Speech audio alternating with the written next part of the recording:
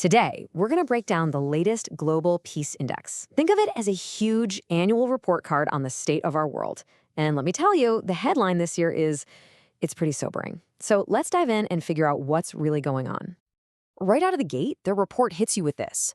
The risk factors for a major, large-scale conflict are higher right now than at any point since the end of World War II. We are, and there's no other way to put it, living in a truly precarious moment in history. And all of this instability, well, it comes with an absolutely massive price tag.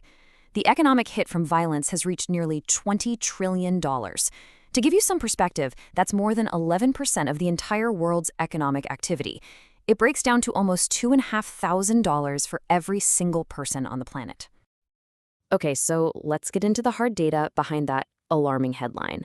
What's actually happening that's making the world so much less peaceful? You know, this isn't just a one-off bad year. We are on a clear downward trend. For 6 straight years now, global peacefulness has fallen. In the last year alone, 87 countries got less safe.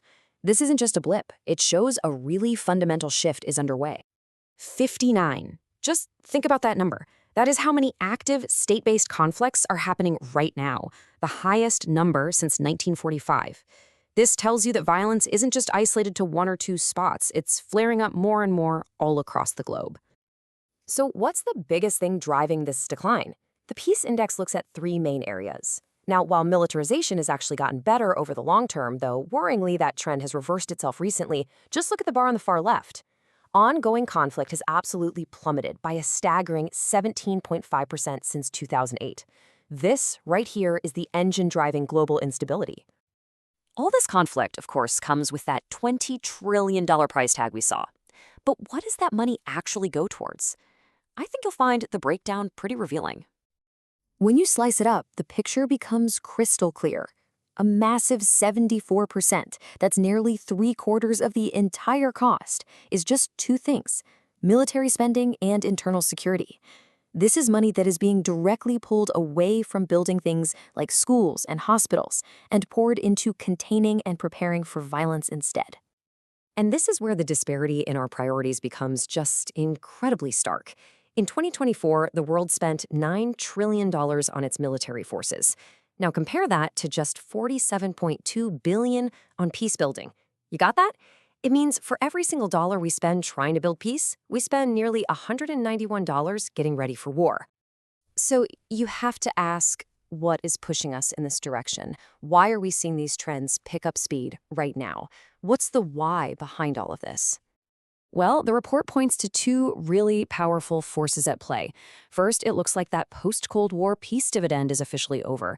We've got over 100 countries ramping up their military focus. And second, the world itself is fracturing, splitting into these competing blocks of influential powers.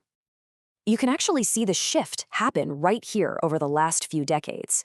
After the Cold War, there was this period of more and more cooperation. But then, around 2011, fragmentation just surged, and it's now even worse than it was during the Cold War. We're living in a much more complex world, where the number of influential countries has nearly tripled, and they're all competing for influence. And here is the direct result of all that fragmentation. Global military spending just hit a new record, $2.7 trillion. And that's not just a record. It's a massive 9% jump in a single year. And it's being fueled directly by these ongoing wars and rising tensions. So it's not just that there are more conflicts out there. The very nature of war itself seems to be changing, making the conflicts we do have way more complex and a lot harder to bring to an end. Now, this is a term that's absolutely critical to understanding modern war: internationalized conflict. See, we're not just talking about simple civil wars anymore. These are local fights that pull in outside countries, turning them into these complicated proxy wars that are so much deadlier and harder to solve. And the growth of these kinds of conflicts has been explosive, a 175% increase just since 2010.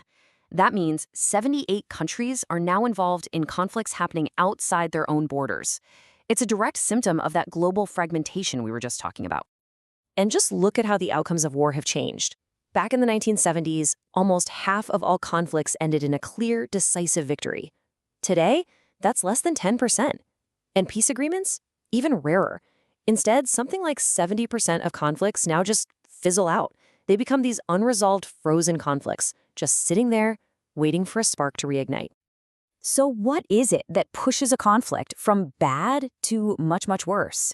The report identifies 9 key factors that predict if a conflict is going to escalate. And among the most critical are these 4. Significant foreign support, conflicts that start in cities, strong logistical supply chains, and rebel groups getting their hands on heavy weapons. When you see these things align, the risk of a war becoming far more lethal just skyrockets. Okay, for our final point, let's pull back from the battlefield. Let's talk about how all these global trends connect to the information we see on our screens every single day. And this leads to a really stunning paradox. Our access to information, thanks to technology, has never been better. It's actually the most improved indicator in the whole index. But, and this is a huge but, at the exact same time, the quality and the freedom of that information is in a steep decline. So we can see more, but what we're seeing isn't necessarily the truth. And this imbalance, it extends to what we're even shown in the first place. Get this. When a civilian dies in a conflict in a high-income country, it generates, on average, over 1,600 media articles. But in a low-income country, that number completely collapses to just 17. I mean, to put it bluntly, a death in a wealthy country gets 100 times more media attention. What this really means is that our entire perception of global conflict isn't just incomplete, it's heavily, heavily skewed by who the victims are and where they live. And that leaves us with a really critical question to think about. As our world gets more fragmented and more conflicted, our access to information is exploding. But is that access actually giving us a clearer, more balanced picture of reality?